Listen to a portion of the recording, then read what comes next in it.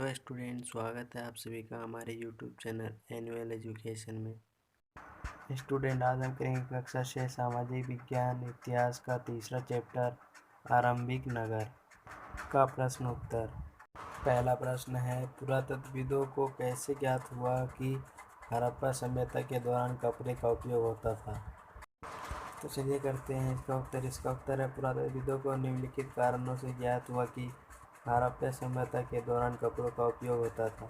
पहला है, 7,000 साल पहले मेहरगढ़ में कपास की खेती किए जाने के परिणाम मिले हैं। दूसरा है, मोहनजोदारो में चांदी का एक फूलदान तथा तांबे की कुछ अन्य वस्तुओं पर कपड़े के अवशेष लिपटे मिले हैं। तीसरा है, पक्की मिट्टी तथा फेयंस से बनी तकलियाँ सूत कताइयाँ का संकेत देती है।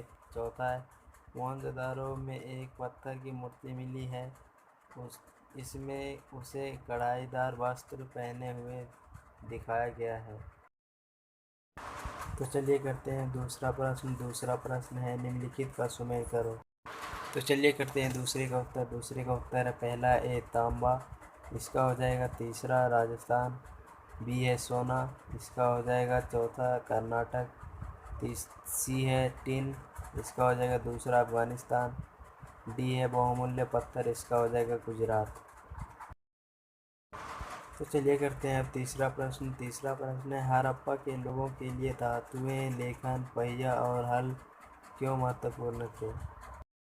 तो चलिए करते हैं तीसरे प्रश्न का उत्तर। तीसरे प्रश्न का उत्तर है, हड़प्पा के लोगों के लिए धातुएं, लेखन, पहिया और हल निम्नलिखित कारणों से महत्वपूर्ण थे। पहला है, धातुएं, हड़प्पा के लोग धातुओं का प्रयोग बर्तन और आभूषण बनाने के लिए करते थे। तांबा, टिन और सोना इन लोगों की प्रमुख धातुएं थी।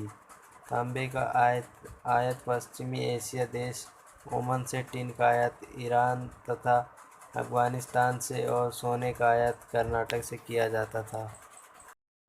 तीसरे प्रश्न का दूसरा पॉइंट है, लेखन, हड़प्पा के लोगों की अपनी एक विशेष लिपि थी।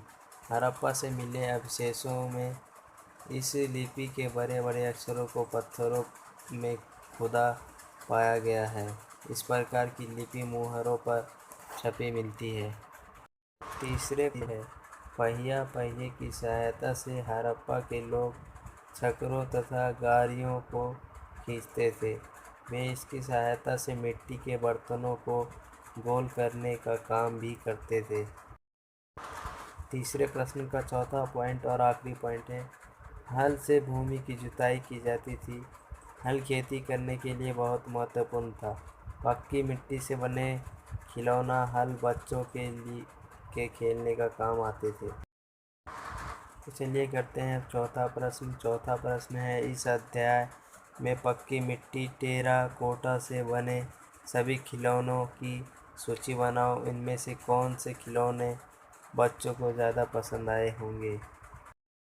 तो चलिए करते हैं चौथे प्रश्न का उत्तर। चौथे प्रश्न का उत्तर है, हड़प्पा के लोगों ने पक्की मिट्टी, टेराकोटा के अनेक खिलौने बनाए थे। इन खिलौनों में खिलौना गाड़ी, खिलौना हल तथा पशु पक्षियों के नमूने प्रमुख थे। बच्चों को ये सभी खिलौने पसंद आए होंगे। इन खिलौनों में से पशु पक्षियों के नमूने बच्चों को बहुत अधिक पसंद आए होंगे।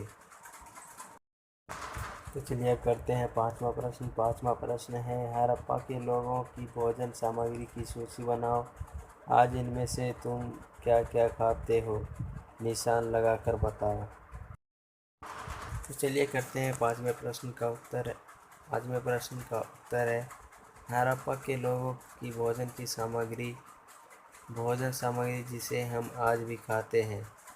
पहला है गेहूँ, ये भी सही है। दूसरा जौ, तीसरा दाल, चौथा धान, पांचवा मटर, छठा तिल, सातवां सरसों। ये सभी आज भी हम इस खाने में उपयोग करते हैं।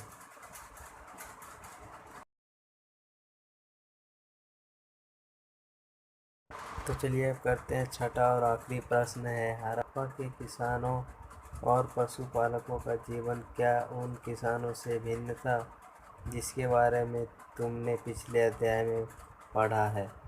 अपने उत्तर में इसका कारण बताओ। तो चलिए करते हैं छठे प्रश्न का उत्तर। छठे प्रश्न का उत्तर है, हड़प्पा सभ्यता एक नगर प्रधान सभ्यता थी। अंत। हड़प्पा सभ्यता के किसानों और पशुपालकों का जीवन पहले के किसानों और पशुपालकों के जीवन से अवश्य ही भिन्न रहा होगा।